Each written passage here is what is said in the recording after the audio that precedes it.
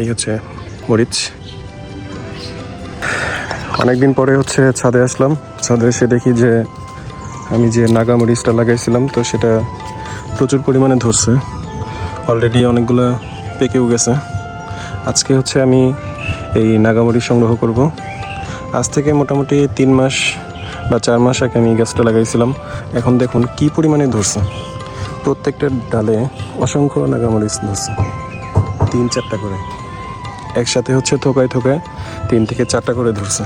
এই যে ভিতরেও আছে, এই 3টা হচ্ছে অলরেডি পেকে গেছে। আমি এখান থেকে একটা হচ্ছে বীজ সংগ্রহ করার জন্য রেখে দিব, পরবর্তীতে যেন আমি এখান থেকে চারা তৈরি করতে পারি। তো এই হচ্ছে মূল গাছ। আমি গাছের গোড়ায় হচ্ছে রান্নাঘরের যে ওয়েস্ট, অর্থাৎ পেঁয়াজ, মরিচের খোসা, রসুনের খোসা, এইগুলোই সাধারণত ব্যবহার করি। ডিমের খোসা প্রচুর পরিমাণে ধরছে, খুবই চমৎকার লাগছে। এই যে ভিতরে এদিকেও প্রচুর পরিমাণে আছে। তো এইগুলো আসলে সবগুলো সংগ্রহ করার মতো হয় নাই। আমি এখান থেকে যেগুলো বড় এইগুলোই আর কি কালেক্ট করবো। জাস্ট এই একটা, এইটাকে হচ্ছে বীজের জন্য রেখে দিব। তো এখন সংগ্রহ করি। এটাকে ছিললাম, খুবই চমৎকার এবং কি অত্যন্ত আকর্ষণীয়। এবং এই মরিচগুলো এত পরিমাণ ঝাল আর খুবই সুন্দর একটা স্মেল আসে, যেটা খাবারের গুণগত মানকেই বাড়িয়ে দেয়।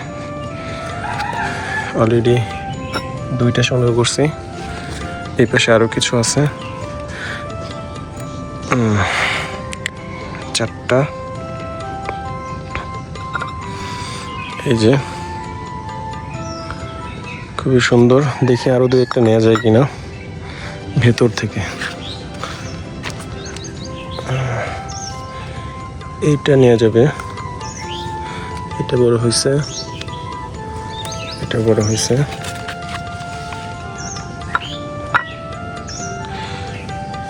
নিজের হাতে গাছ লাগাইছি আর সেখান থেকে সবজি বা ফল যেটাই হোক না কেন, এই কাঁচামরিচ, বোম্বাই মরিচ আমি সংগ্রহ করতেছি। এটা সত্যি অনেক আনন্দের। এটা সবাই পারে কিনা আমার জানা নেই, তবে ছাদে এরকম ছোট ছোট গুল্ম জাতীয় উদ্ভিদগুলো আপনারা চাইলেই লাগাতে পারেন,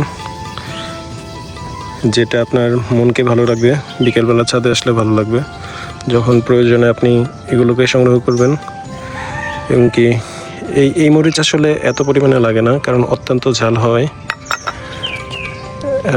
2-1টা কুচি কুচি করে খাবারের মধ্যে পরিবেশন করলেই হয়ে যায়। এগুলো আসলে অতটা বড় হয়নি। আমি তারপরেও এই ভেতর থেকে একটা নেওয়ার চেষ্টা করি। এখানে একটা আছে, অত্যন্ত লোভনীয় মরিচ। যে এত লোভনীয় হয় সেটা কল্পনা করা যায় না। এই ভেতরেগুলো একেবারেই ছোট, এগুলা অনেক বড় হবে।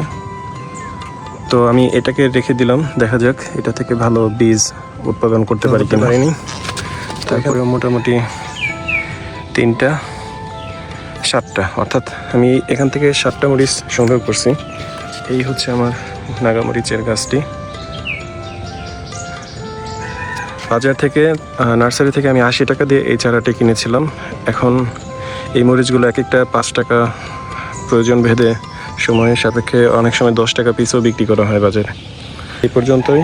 এরপরে হচ্ছে আমি ঠিক আছে এই মরিচ গাছ থেকে এখন যাব হচ্ছে অন্য একটি মরিচ সংগ্রহ করতে। এটা হচ্ছে কালো মরিচ, তবে এই মরিচের নাম কি আমি সঠিকভাবে জানি না।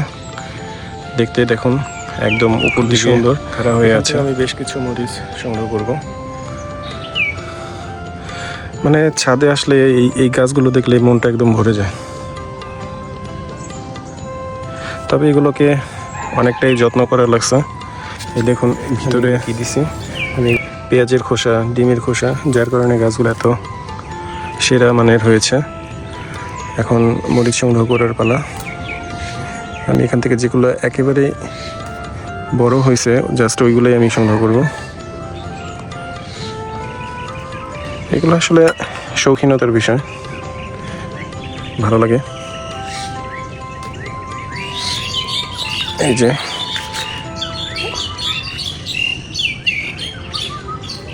খুবই সুন্দর, মানে গাছের কোনো অংশ ফাঁকা নেই, সব জায়গায় ধরছে। একটা ডাল ছিঁড়ে গেল, যাই হোক।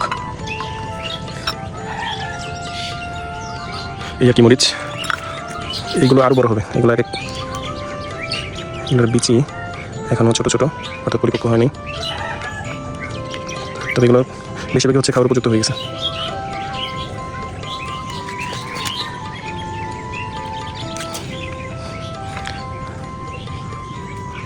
তো বেশ কিছু পরিমাণ আমি তুলে নিলাম, এদিকেও কিছু আছে। শখের বসে করেছিলাম, আজ সেটা পরিবারের চাহিদা মেটাচ্ছে, এই আর কি। আমি চিন্তা করেছি যেহেতু অন্য কিছু হয় না ছাদে, তো আমি এই মরিচ চাষই করব। পুরো ছাদ জুড়ে বিভিন্ন জায়গায় গাছ লাগানোর চেষ্টা করব। এপাশে সুন্দর সুন্দর ফুল ফুটে আছে, এটা হচ্ছে জবা ফুল, চমৎকার। দেখুন পুরো গাছটা কি সুন্দর।